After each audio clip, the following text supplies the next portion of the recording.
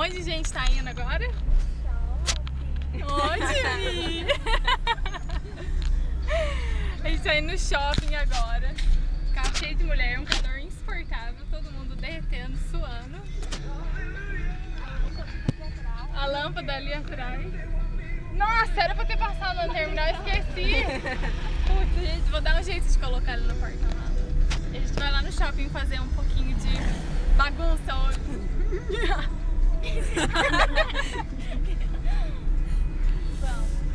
Vamos. E aí, Carla?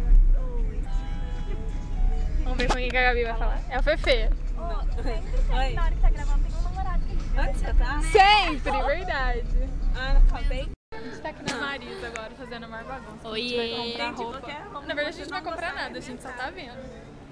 E a gente já chegou tocando terror na loja, porque as meninas já entraram gritando aqui. Olha só, um bando de mulher saindo junto não dá certo. Não. Cara, vamos ver os óculos ali? Olha, chegou um óculos novo. Gente, eu quero um óculos novo. Eu preciso de um óculos novo. Eu também preciso de um óculos novo. Lindo, gato. Nossa, ficou bonito? A Mi quer porque quer um óculos novo. Ficou bonito, Mi.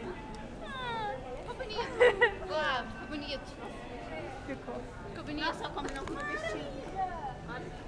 Ó, tua cara. Gente, eu quero esse olha. Não, mas isso aqui é muito grande a coisa. Não. Gente, eu quero um óculos. Não, tem a cara muito pequena. Olé. Diferente. Tô aqui. Ai, que gracinha. Nossa, eu não experimentei nenhum. Deixa eu ver. gente. Eu não gosto de óculos assim, mas esse fica bom. Nossa, horrível. Olha esse. Ridículo. Ficou legal? Você combina com esses óculos grandão assim. Nossa, quero que você transmitiu sua cólica pra mim.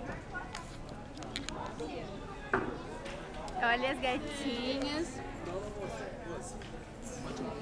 Não, não tô tirando foto não. Tô. É, gente, eu tô filmando. Pode tirar foto mala. Acabou de sair da Marisa. Cara, maior mala. Não quis deixar a gente filmar. Que pode uma coisa dessa? Isso. O que vocês acham dele? Maior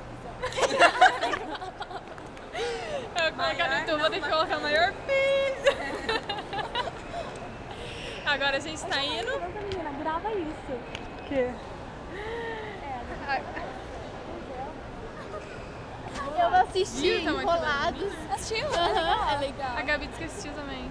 É legal. Eu não assisti. Nem eu. Não, assim, Ó, a gente vai lá na CIA agora. A gente vai lá